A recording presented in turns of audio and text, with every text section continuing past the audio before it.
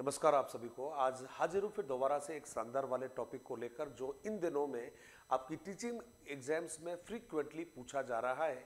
आइए देखते हैं कि आज ऐसा कौन सा टॉपिक है जिसकी इतनी तारीफ मैं कर रहा हूँ। तो बात सबसे पहले आपको नाम को लेकर करनी है। भाई इस विद्वान का नाम जेरोम ब्रूनर है और मुझे पूरा विश्वास है कि टॉपिक को देखकर आप समझ गए होंगे कि सर ने जो कहा है बिल्कुल बराबर कहा है, क्योंकि एग्जाम में प्रश्न तो देखने को मिलते ही है। तो भाई सबसे पहले आपको ध्यान रखना है इनके बारे में जिनको आपने जेरोम ब्रूनर के नाम से जाना है।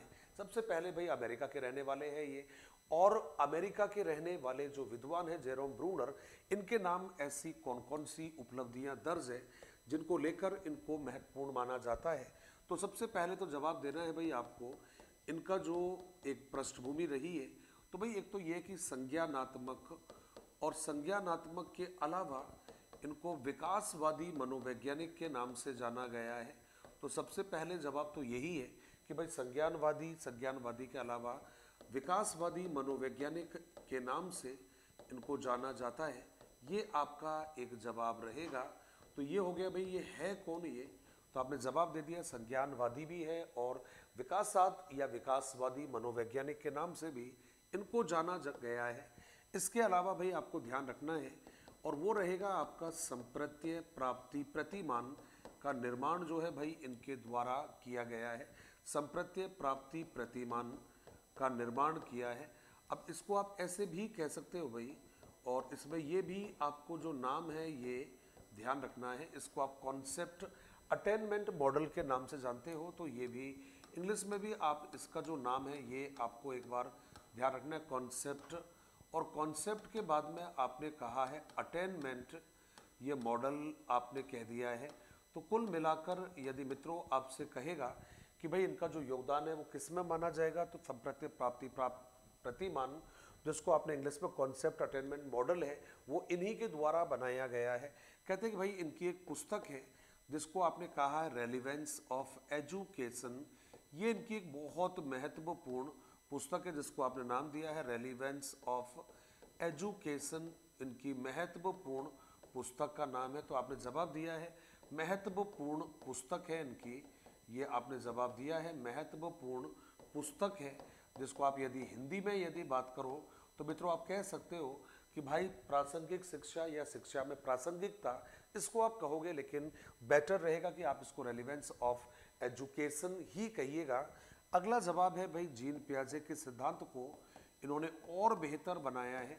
तो आपका जवाब क्या रहेगा? जीन पियाजे के सिद्धांत को और बेहतर बनाने का काम किया है। तो जीन पियाजे के सिद्धांत, कौन सा सिद्धांत है ये आप सब जानते हो, संज्ञानवाद है भाई। ये आपका आंसर है कि जो संज्ञानवाद का थ्योरी है, सिद्धांत को और बेहतर बनाया, बेहतर बनाने के कारण, ये आपका जवाब रहेगा बेहतर बनाने के कारण आपने इनको एक नाम दे दिया है। और ये नाम क्या रहेगा के कारण इन्हें आधुनिक संज्ञानवादी मनोवैज्ञानिक कहा गया है। तो ये भी आपको ध्यान रखना है कि भाई इनको आपने कौन सा नाम दे दिया है। तो आपका जवाब रहेगा आधुनिक संज्ञानवादी मनोवैज्ञानिक आपने कहा है। तो आधुनिक संज्ञानवादी मनोवैज्ञानिक आपने इनको नाम दे दिया है भाई। कई बार आपकी जो एग्ज़ाम है उनमें कहा गया कि भाई ऐसा कौन सा मनोवैज्ञानिक है जिसको आपने आधुनिक संज्ञानवादी मनोवैज्ञानिक कहा है। तो आपका जवाब क्या रहेगा भाई? जेरोम ब्रूनर इसमें नाम पूछा जाएगा, ये आपका जवाब है। और ये भी आपको समझना पड़ेगा मित्रों। इसके अलावा यदि हम थोड़ा सा आगे बढ़े तो इन्होंने कहा कि भाई इनका एक स्टेटमेंट है जो काफ़ी महत्वपूर्ण रहा है, और वो कथन इनका कौन सा है? तो ये कहते हैं कि भाई देखो, आयु के किसी भी मोड़ पर आप बच्चों को कुछ भी सिखा सकते हो। बच्चा किसी भी क्लास में आप कुछ भी उसको सिखा सकते हो। तो उनका कहना है कि भाई आयु के किसी भी पड़ाव पर, ये ध्यान रखिएगा, कहते हैं आयु के किसी भी मोड़ पर, ये इनका जवाब है आयु के किसी भी, अब आप चाहो तो मोड़ कह सकते हो, आप चाहो तो पड़ाव कह सकते हो, पड़ाव पर बालकों को कुछ भी सिखाया जा सकता है। बालकों को कुछ भी सिखाया जा सकता है, ये आपका जवाब है सिखाया जा सकता है। ये बड़ा महत्वपूर्ण एक जवाब इनका रहा है। कई बार क्या होता है भाई, टीचर हो, पेरेंट्स हो, बड़े कंफ्यूजन में रहते हैं। इनका ये कहना है बस आप बच्चों को सही डायरेक्शन में लेकर जाइए, बच्चों को किसी भी, जी हाँ, एज में हम बच्चों को सीखने के लिए तैयार कर सकते हैं। ये इनका एक ओपिनियन था। आगे थोड़ा सा हम बात करें कि भाई इन्होंने और ऐसा क्या कहा है, तो मित्रों याद रखिएगा इनका कुछ एरिया रहा है, जैसे कि एक तो रहा है आगमनात्मक, इन्होंने कहा है, बहुत ध्यान रखिएगा, आगमनात्मक व अन्वेषण को, ध्यान रखिएगा, अन्वेषण विधि को सीखने में महत्वपूर्ण माना है। ये और इनका एक महत्वपूर्ण जवाब रहेगा जो आपने ध्यान रखना है। को सीखने में आपने क्या जवाब दिया है, विधि को सीखने में महत्वपूर्ण माना है। ये एक और जवाब आ गया है, सीखने में महत्वपूर्ण माना है। मित्रों ये चीज़ें आपको ध्यान रखनी है, महत्वपूर्ण माना। अब कुल मिलाकर कहिएगा तो भाई देखो, दो इन्होंने नाम दे दिए हैं। एक तो ये भाई आगमन को इन्होंने महत्वपूर्ण माना है, दूसरा जवाब भाई अन्वेषण को भी इन्होंने महत्वपूर्ण माना है। और मेरे उन मित्रों के लिए ये क्लास, ये वीडियो बहुत ही सिग्निफिकेंट साबित होने वाला है जिन्होंने जेरोम ब्रूनर को कुछ अलग सेंस में पढ़ा है, लेकिन आज हम इसको बिल्कुल अलग अंदाज में लेकर आए हैं। आपने कहा ठीक है सर, ये हमें याद रहेगा, इसके अलावा और कौन कौन सी बातें हैं जो आपको ध्यान में रखनी है। तो भाई ध्यान रखिएगा, जब जेरोम ब्रूनर का नाम चलता रहेगा तो हमने एक और नाम यहाँ पर जोड़ा है, और वो नाम क्या रहेगा, तो कहते भाई इनको स्कैफोल्डिंग। ये जवाब है आपका, स्कैफोल्डिंग संप्रत्यय प्रस्तुत किया है। तो स्कैफोल्डिंग संप्रत्यय, जिसको आपने क्या क्या नाम दे रखा है भाई, मचान आपने कह रखा है, तो मचान कहा आपने, पाड़ बांधना भी आपने कहा है, पाड़ बांधना। इसके अलावा यदि हम कहें ढांचा निर्माण, ये इनके कुछ नाम है, ढांचा निर्माण, स्कैफोल्डिंग संप्रत्यय प्रस्तुत किया है, ये आपका जवाब रहेगा मित्रों। अब कई बार मेरे जो साथी है, खासकर जो राजस्थान के साथी है, वो बड़े कंफ्यूज रहते हैं कि सर स्कैफोल्डिंग हम किसे कहते हैं, तो स्कैफोल्डिंग का मतलब क्या रहेगा। ध्यान रखिएगा मेरे दोस्त, ये एक सहायता का नाम है, यह एक सहायता है।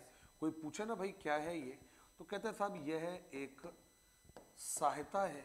ये ध्यान रखिएगा, यह एक सहायता है जो सीखने के दौरान, ध्यान रखिएगा, सीखने के दौरान शिक्षक के द्वारा प्रारंभ में की जाती है, प्रारंभ में की जाती है, जिसका अनुकरण बालक करता है, जिनका अनुकरण बालक करता है, जिसका अनुकरण बालक करता है। लेकिन इसका ध्यान रखिएगा, एक और बात इसके द्वारा रहेगी, इसकी प्रकृति अस्थायी होती है, इसकी प्रकृति अस्थायी होती है। ये आपका जवाब है, अस्थायी होती है। तो आपने जवाब दिया कि सर कोई एग्जाम्पल बता दीजिए, आपका जवाब है स्कैफोल्डिंग का। तो मित्र स्कैफोल्डिंग का मतलब है सहायता कार्य के प्रारंभ में कर दी जाती है, जिसका अनुकरण बालक करता है।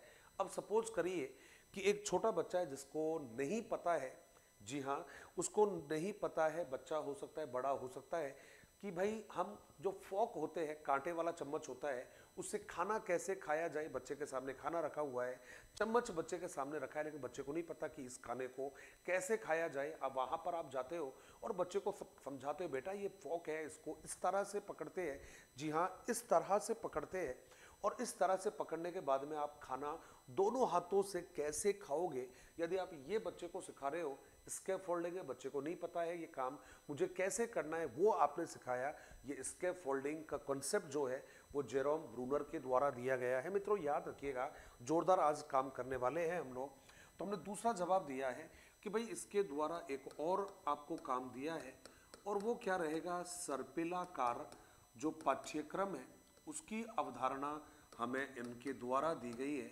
तो ये एक और आपका जवाब रहेगा जिसको आपने नाम दे दिया है सर्पिलाकार पाठ्यक्रम। और ये जो सर्पिलाकार पाठ्यक्रम है मित्रों, ध्यान रखिएगा, इसी को आपने जवाब दिया है स्पाइरल। जी हाँ, पाठ्यक्रम आपने इसको नाम दिया है, मतलब स्पाइरल।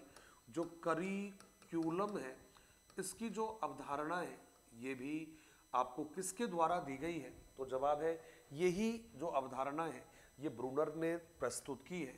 कहता है ब्रूनर ने इस अवधारणा के माध्यम से, ये आपका जवाब रहेगा, ब्रूनर ने इस अवधारणा के माध्यम से कहा कि पूर्व ज्ञान, ध्यान रखिएगा, पूर्व ज्ञान एवं नवीन ज्ञान के मध्य में संबद्धता हो, नवीन ज्ञान के मध्य में संबद्धता हो तथा निरंतर अभ्यास सीखने में सहायक होते हैं। निरंतर अभ्यास सीखने में सहायक होते हैं। ये इन्होंने एक और बात कही है, सीखने में सहायक होते हैं। मित्रों, ये एक जवाब आपको दे दिया है। तो कुल मिलाकर भाई ये जो सर्पिलाकार पाठ्यक्रम का कॉन्सेप्ट है ये भी इनके द्वारा दिया है। अब आप कहोगे सर और कौन कौन सी बातें हैं जो इनके बारे में अभी आपको जानना ज़रूरी है? तो भाई देखो, अब मैं आपको बात करने वाला हूँ इनकी उस इम्पोर्टेंट जानकारी के बारे में जिसका आपने इंतज़ार किया है। तो आपको ध्यान रखिएगा, और क्या कहा है भाई, संज्ञान विकास के बारे में इन्होंने कहा है। संज्ञान विकास का भी इन्होंने जिक्र किया है। अभी जो संज्ञान विकास है मित्र, ध्यान रखिएगा, इसकी इन्होंने 3 अवस्थाएं बताई है। अभी जो 3 अवस्थाएं होती है ये कौन कौन सी इन्होंने बताई है? तो तीनों अवस्थाओं के जो नाम है ये अपने को ध्यान रखने हैं। पहली जो अवस्था इन्होंने बताई है उसको यदि हम इंग्लिश में यदि बात करें तो देखो भाई, इसको आपने नाम दिया है एनेक्टिव, आपने कहा है, ये आपका जवाब है। दूसरा जवाब रहेगा तो मित्रों आपको जवाब देना है आइकोनिक, आपने कहा है।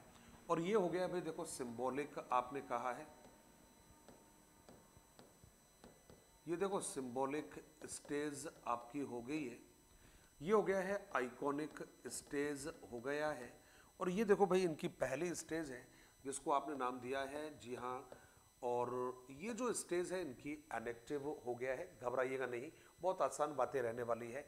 इसको हम चाहे तो जो इसका समय है ये जवाब दिया है आपने, जन्म से लेकर मित्रों 3 वर्ष तक का समय आपने इसको बता दिया है।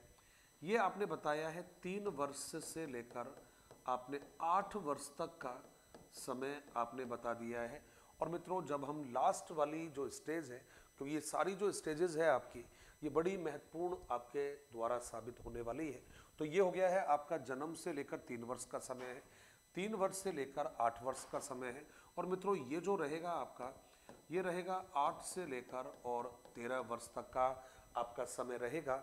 अब हमने क्या किया भाई, इसको आप हिंदी में बात करोगे तो इसको देखो विधि निर्माण की अवस्था भी आपने कहा है, इसको विधि निर्माण आपने कहा है। विधि निर्माण के अलावा मित्रों बात करेंगे तो इसको सक्रियता का अवस्था भी कहा है, सक्रिय की अवस्था आपने इसको नाम दे दिया है। ये क्या भाई नाम है इन दोनों के, ये आपका जवाब है। इसको हमने नाम दिया है अनुप्रतीकात्मक, आपने कहा है, अनुप्रतीकात्मक हो गया है। मूर्त प्रतिमान भी मित्रों आपने इसको नाम दे दिया है, मूर्त प्रतिमान आपने कहा है। मूर्त प्रतिमान के अलावा आपने इसको दूसरा भी नाम दे दिया है और वो रहेगा दृश्य और प्रतिमा की अवस्था, आपने इसको नाम दिया है। ये आपका इसका नाम हो गया है। अब अगला जवाब रहेगा इस वाले का, थर्ड वाले का। इसमें हमने क्या क्या जोड़ा है तो देखो भाई, इसको आपने कहा है प्रतीकात्मक, आपने कह दिया है प्रतीकात्मक व संकेतात्मक, आपने कहा है संकेतात्मक अवस्था, ये आपका जवाब हो गया है मित्रों। अब कुछ नहीं कहिएगा, केवल इतना सा याद रखोगे तो अपना काम जो है वो कंप्लीट हो जाएगा। कहते हैं बालक शारीरिक क्रियाओं से सीखता है। ये जवाब है आपका, शारीरिक क्रियाओं की प्रबलता होती है इस वाली एज में। इसका मतलब है इस एज में बच्चा कैसे सीखता है? तो मित्रों याद रखिएगा, बच्चे अपने शारीरिक क्रियाओं के माध्यम से सीखेगा और शारीरिक क्रियाओं के माध्यम से ही अपने विचारों को प्रकट करेगा। वो अवस्था होती है, एनेक्टिव स्टेज होती है, जन्म से 3 वर्ष का समय है। आइकॉनिक जो स्टेज है 3 से 8 वर्ष का जो समय है, इसमें क्या रहेगा? तो ध्यान रखिएगा, इसमें भाई देखो प्रत्यक्षीकरण आपने कह दिया है। एक तरफ आपने कहा है प्रत्यक्षीकरण आपने कहा है, और प्रत्यक्षीकरण के अलावा आपने जवाब दिया है साहब, और वो रहेगा मानसिक जो प्रतिमा है, यह हमने डायरेक्टली लिखा है। कहते हैं साहब प्रतिमा से सीखता है, ये आपका जवाब रहेगा। और दूसरा जो जवाब है मित्रों, इसमें हम यदि बात करें तो इसमें एक ही बात जो रहे वो आपके कहना है। कहते साहब एक तरफ आपने कहा है भाषा कहा है, कहता साहब भाषा की प्रधानता होती है। इसका मतलब जो बच्चा है वो किसके माध्यम से सीखा है? भाषा के माध्यम से सीखता है। तो कुल मिलाकर इसकी जो स्टेजेस है वो 3 होती है। पहला है आपका एनेक्टिव, दूसरा है आइकॉनिक, और थर्ड जो रहेगा वो सिंबॉलिक रहेगा। अब मित्रों ये जो आपका टॉपिक था इसी को आपने नाम दिया है, और वो रहेगा आपका cognitive theory, cognitive development of the Jerome Bruner. अब एक बात जरूर ध्यान रखिएगा, कहते साहब ज्ञान की संरचना पर बल दिया है। ज्ञान की संरचना पर बल दिया है, ज्ञान की संरचना पर ब्रूनर ने बल दिया है। ब्रूनर ने बल दिया है मित्रों, ये आपको ध्यान रखना है कि आखिर जो बालक है वो कैसे ज्ञान सीखता है, कैसे ज्ञान को प्राप्त करेगा, इस पर बल दिया है। दूसरा जवाब मित्रों आपको ध्यान रखना है, कहते साहब अन्वेषणात्मक उपागम का जनक माना गया है। ये आपको दूसरा जवाब देना है। अन्वेषणात्मक, जी हाँ, जो जवाब रहेगा अन्वेषणात्मक उपागम का जनक माना है, अन्वेषणात्मक उपागम का जनक है ये आपका दूसरा भी जवाब हो गया है। और मित्रों थर्ड जो बात रहेगी बेहद इंपॉर्टेंट है, जो आपको समझनी होगी इन सब के अलावा। कहता साहब सीखने में, ध्यान रखिएगा, सीखने में, और उसको आपने नाम दिया है संबद्धता। और संबद्धता का मतलब होता है मित्र, ध्यान रखना, सीखने पर संबद्धता, संबंध को कहते हैं भाई, संबंध पर या संबंध पर बल दिया है। ये एक और इनका जो काम रहे है वो आपका आंसर रहेगा। मित्रों ये थे आपके महान जेरोम ब्रूनर। अब ज़्यादा कुछ नहीं है, बस लास्ट में केवल जाते जाते इतनी सी बात जरूर याद रखिएगा कि जेरोम ब्रूनर ने, जी हाँ, जो प्रौढ़ होते हैं, एडल्ट होते हैं, उन पर प्रयोग किया है। उनके बाद में जो बच्चे स्कूल जाते हैं उन पर भी इनका प्रयोग रहा है। इसके अलावा वो बच्चे जिनकी एज लगभग 3-4 साल के लगभग है, उनका भी इन्होंने स्टडी किया है। और फाइनली उन बच्चों का भी स्टडी किया है मित्रों जिनकी एज जो है, जी हाँ, नवजात बच्चे, छोटे बच्चे, शिशु है, उन पर इन्होंने अध्ययन किया। और 2 प्रश्नों को ध्यान में रखकर इन्होंने अपने सिद्धांत को दिया। वो 2 जो प्रश्न है वो कौन से है, ध्यान रखिएगा। सिद्धांत का आधार, ये आपको ध्यान रखना है भाई, इनके जो सिद्धांत के आधार जो है, सिद्धांत के आधार इनके 2 प्रश्न रहे हैं। और 2 प्रश्न या 2 जो आधार है इनके, वो कौन कौन से है? तो पहला आधार तो इनका यही है, ध्यान रखना है आपको। कहता है साहब शिशु अपनी अनुभूति, ये ध्यान रखिएगा, शिशु अपनी अनुभूति कैसे प्रकट करता है, अपनी अनुभूति कैसे प्रकट करता है, ये आपका जवाब रहेगा। ध्यान रखना है, ये छोटा बच्चा, नवजात बच्चा भला कैसे अपने विचारों को प्रकट करेगा, ये इन्होंने बताया है। और दूसरा जो जवाब रहेगा जो आपको ध्यान में रखना है, शिशु अपनी अनुभूतियां कैसे प्रकट करता है। और कहते हैं साहब बालक में चिंतन का स्वरूप कैसा होता है, बालक में चिंतन, ये आपका जवाब दे दीजिएगा। डायरेक्टली भी आप कह सकते हो कि बालक में चिंतन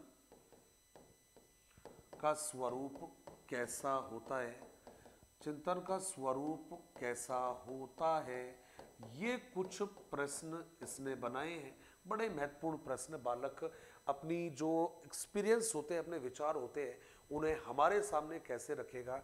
और दूसरा है, एक बच्चा कैसे सोचता है, कैसे विचार करता है, ये प्रश्न इन्होंने सबसे पहले बनाए और इन्हीं प्रश्नों को बनाकर अपने सिद्धांत को, अपनी थ्योरी को इन्होंने दिया है। उम्मीद करता हूँ कि ये थ्योरी आपको समझ में आया होगा। हमने कहीं पर भी कहानियाँ सुनाते नहीं हैं, क्योंकि हमारा महज जो उद्देश्य केवल इतना सा रहता है कि जो कॉन्सेप्चुअल क्लियरिटी है ये आपकी होनी चाहिए, रटना नहीं है। और ऐसी बातों को और जानने के लिए हमारे जो तमाम वीडियोज़ हैं उनको आप कंटिन्यूसली देखते रहिएगा और आपका सजेशन, आपका फीडबैक आप देते रहिएगा। लेकिन वीडियो को शेयर जरूर करिएगा। मिलेंगे आपसे फिर दोबारा, तब तक के लिए इजाज़त दीजिएगा। धन्यवाद। जय हिंद, जय भारत।